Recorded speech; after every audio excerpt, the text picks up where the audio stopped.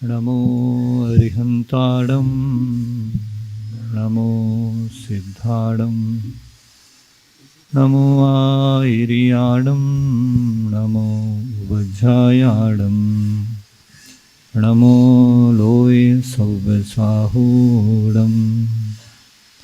अनंत अनंत सिद्ध परमेष्ठी भगवंतों की, चतुर्विंश तीर्थंकर भगवंतों की, द्वादश अंजनवाड़ी माता की, आचार्य गुरु विद्यासागर जी मुनिराज की, तीन कमलों कोटि मुनिराज की, चतुर्विद संघ की।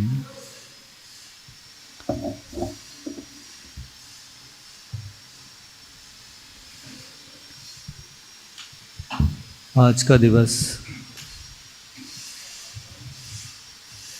यहाँ उपस्थित होने का कारण ये नहीं है कि मेरी दीक्षा हुई थी। यहाँ उपस्थित होने का कारण है कि गुरु ने मेरे ऊपर एक उपकार किया था, और ऐसा उपकार जिसको कि भुलाया नहीं जा सकता। वो दिवस मेरे लिए गुरु उपकार दिवस के रूप में मनाने के लिए यहाँ उपस्थित हुआ।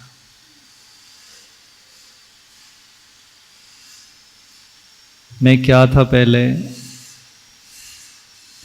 और एक क्षण में क्या कर दिया गुरु ने।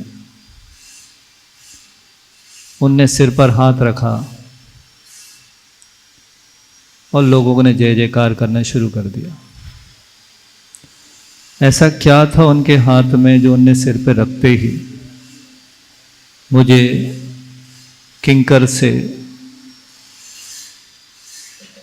पाषाण से एक परमेष्ठी पद में बैठा दिया।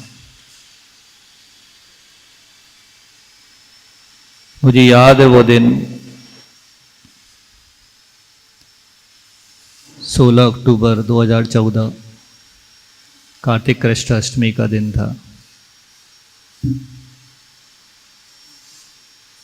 प्रतिदिन की तरह पड़गाहन करने गुरुजी का खड़े हुए थे, और सबसे लास्ट में खड़े होते थे कि गुरुजी इतनी दूर नहीं जा पाएंगे। जहां खड़े होते थे वहां चौक पे लिखा रहता था 2.5 किलोमीटर्स। 2.5 किलोमीटर महाराज जी देखते थे, समझ जाते थे कि ये कहाँ ले जाने वाले हैं। तो उम्मीद कम थी कि गुरुजी उतनी दूर जा पाएंगे, स्वास्थ्य की प्रतिकूलता भी रहती थी।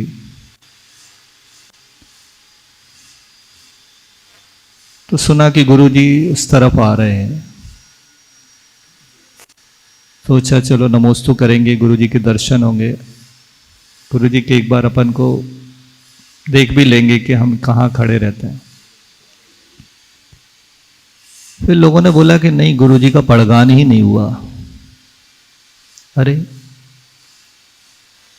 तो बस पड़गान की मुद्रा में आ गए, और हम और मेरी माता 2 लोग थे बस।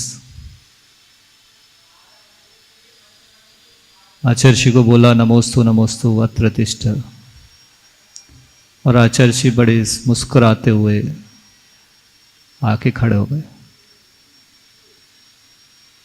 पैर के नीचे की जमीन, ये क्या हुआ, अब क्या करें। आचार्य उतनी दूर जा पाएंगे क्या, बीच में कुछ व्याधा आ गई, कुछ नहीं, जो होगा अच्छा होगा। लोगों ने बोला परिक्रमा तो लगाओ भाई। तो उस समय कुछ याद नहीं आता जब आचार्य जी सामने खड़े हो जाते। परिक्रमा लगाई, चलना प्रारंभ किया। बार बार आचार्य जी को मुड़ के देखते थे कि आचार्य जी बराबर चल रहे हैं, अच्छे से कोई दिक्कत तो नहीं हो रही। और वो तो अच्छे मुस्कुराते हुए चले जा रहे हैं, जैसे उन्हें कोई कष्ट ही नहीं। निवास पर पहुंचे तो देखा पूरा घर ठसाठस भरा हुआ है। बोले आज तो मौका मिल ही जाएगा आचार्य जी को आहार देने का। तो आचार्य जी को पहले अंदर आने को मिले तब तो लोग दे पाएंगे। बड़ी मुश्किल से आचार्य जी को अंदर ले गए, पब्लिक को खिसका के अलग करके आहार शुरू हुआ। मन में भाव यही था कि कब मैं भी इस तरह से ही आहार ग्रहण करूंगा। और अंत में जब आहार संपन्न हुआ, पिछी देने की बारी आई, तो चाचा बोले कि पिछी हमें देने दो, तुम नई पिछी के लिए प्रार्थना करो। ठीक बात है। आहार संपन्न हुआ, लौट के आए, रास्ते में कमंडल पकड़ के आचार्य श्री का पीछे पीछे चल रहे थे। साथ में और भी कई लोग थे, वक्ता प्रवक्ता, बहुत सारे लोग रहते हैं, अधिवक्ता भी थे। बोले आचार्य श्री आज बहुत विशेष दिन है, आज का मुहूर्त 85 साल बाद आया है और आगे के 90 साल तक नहीं आएगा, ऐसा मुहूर्त है। इसमें आपको कुछ विशेष कार्य करना चाहिए। आचार्य श्री को लोग सलाह देने लगते हैं। आचार्य श्री तो अपना एरिया पद से चल रहे हैं, देख रहे हैं।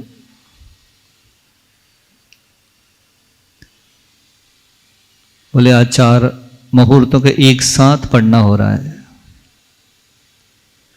अमृत सिद्धि योग एक बहुत अच्छा मुहूर्त माना जाता है। सर्वार्थ सिद्धि योग भी उसी दिन पढ़ रहा है। गुरु पुष्य योग भी है और राजयोग भी है। ऐसे 4 मुहूर्त एक साथ एक दिन पढ़ना ये बहुत ही विरल होता है। तो आचार्य श्री बोले कि राजयोग नहीं, आज महाराज योग है।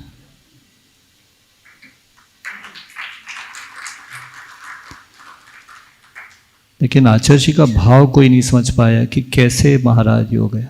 उनके मन में क्या चल रहा है सिर्फ केवल ही जानते हैं।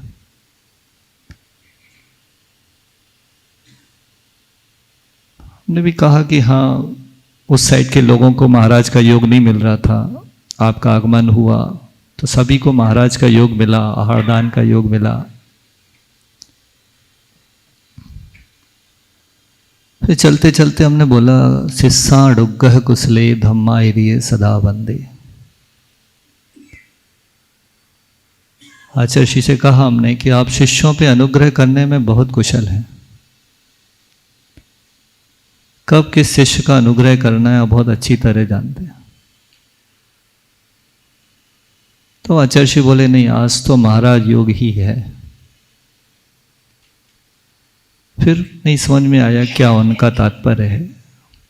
पहुंचे मंच पे बैठने की बजाय आचार्य श्री सीधे हॉल में चले गए जहाँ इडियापद भक्ति होती थी। जाते ही बोले कि मुनिश्री संभव सागर जी को बुलाइए। निष्काम सागर महाराज जी और महाराज जी उनको बुलाने गए। तो वहाँ बैठे चर्चा होती रही कुछ। महाराज जी आए, संभव सागर जी। आचार्य जी ने उनको पास में बुलाया तो हमें लगा कुछ प्राइवेट बात है, थोड़ा सा दूर हो गया। आचार्य जी ने बोला कि आज दिन अच्छा है और सामने ऋषि खड़ा भी है, उसकी दीक्षा की भावना भी है, क्या करना। मुनिश्री संभव सागर जी बोले बहुत अच्छा, बहुत अच्छा। फिर मुनिश्री हमारी तरफ देख के बोलते हैं, सुना तुमने आचार्य जी क्या कह रहे हैं? मैं कहा नहीं, मैं नहीं सुन पाया। बोले पूछ रहे दीक्षा लेना है क्या? कोई मना करता है क्या? अब हाँ बोले, क्या बोले? हाँ हाँ बिल्कुल, तो निवेदन करो। अब यूं हाथ जोड़ के आचार्य जी के पास आने लगे तो बोले अरे श्रीफल लेके आओ। ऐसे कैसे? अब जेब में कुछ नहीं, धोती दुपट्टा पहने, अब कहाँ से श्रीफल लाए? इतने में लोग जो गेट पे खड़े थे, हमारा श्रीफल दे दो, हमारा श्रीफल। कई लोगों ने श्रीफल बढ़ा दिया अपने। एक श्रीफल हाथ में लिया, आचार्य श्री के पास पहुंचे, निवेदन किया आचार्य श्री नैर्गंध दिगंबरी दीक्षा के लिए प्रदान कर कृतार्थ करें। आचार्य श्री प्रसन्न बोले सब हो जाएगा, निवृत्त हो जाओगे कॉलेज आदि से।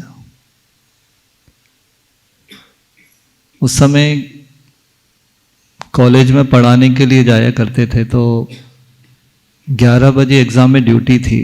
आचार्य जी का आहार होना था, इसलिए हम गए नहीं।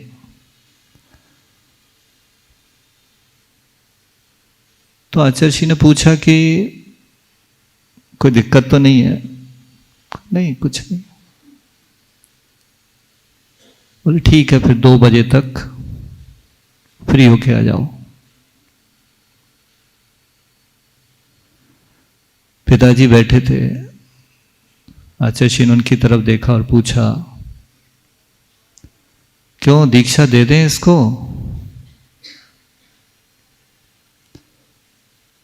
आज्ञा लेनी पड़ती है आचार्य जी को भी उनके मतलब।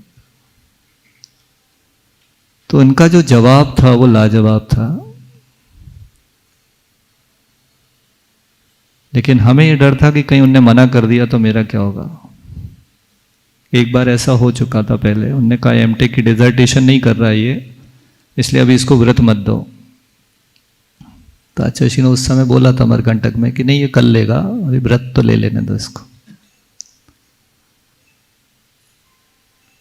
तो जब पापा से पूछा कि दीक्षा दे दें इसको, तो उन्होंने कहा आचार्य जी पहले मेरा नंबर है, बाद में मेरे बेटे का। और आचार्य जी को ये जवाब हमेशा याद रहता है। 3 बार उनने इस चीज को रिपीट भी किया क्लास में।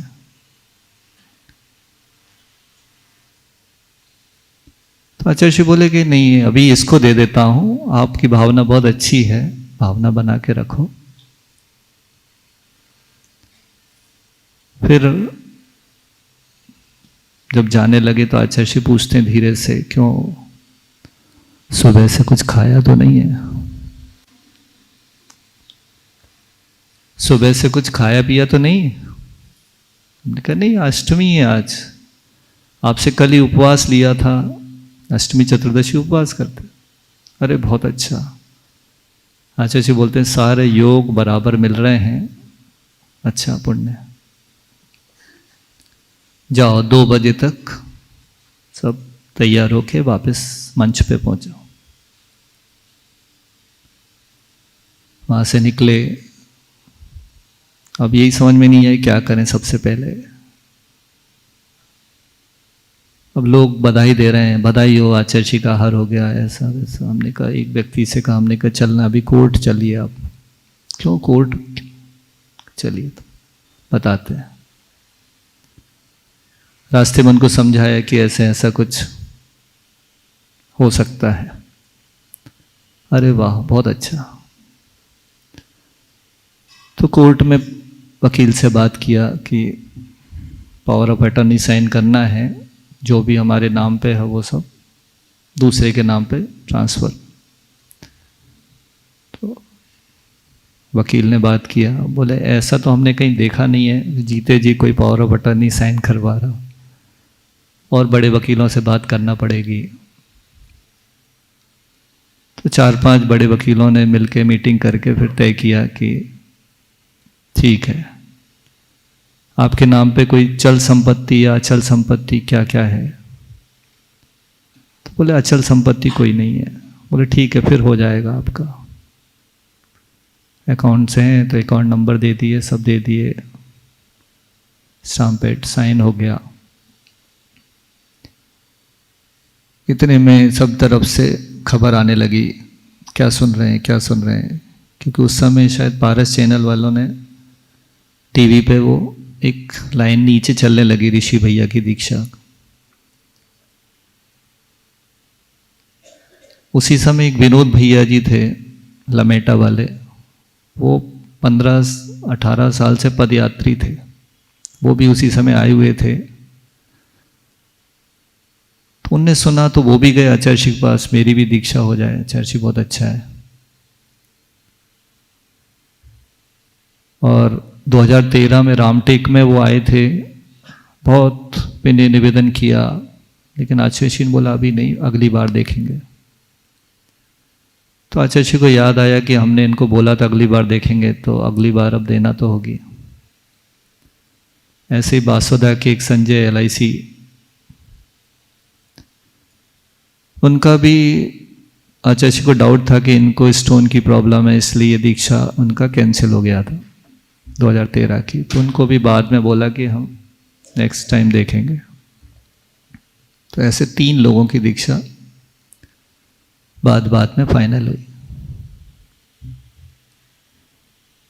और केश लॉन्च शुरू हो गए। यहाँ पर आचार्य जी के पास लोग निवेदन, बाहर से भी कई लोग आ रहे हैं।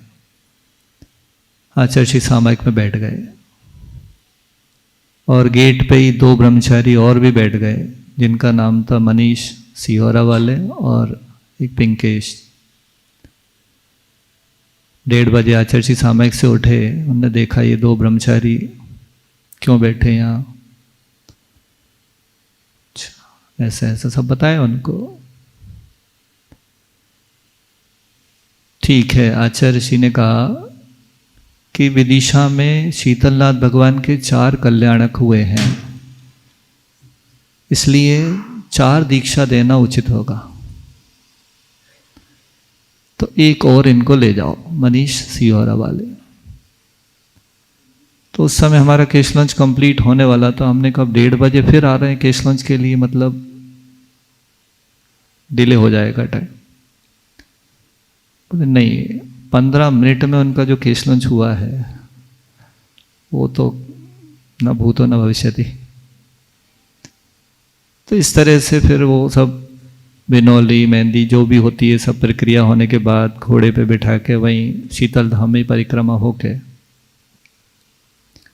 और 2 में 5 मिनट कम होंगे तो हम लोग मंच पे पहुंच गए। आचार्य जी पधारे। उसके बीच में एक और घटना हुई।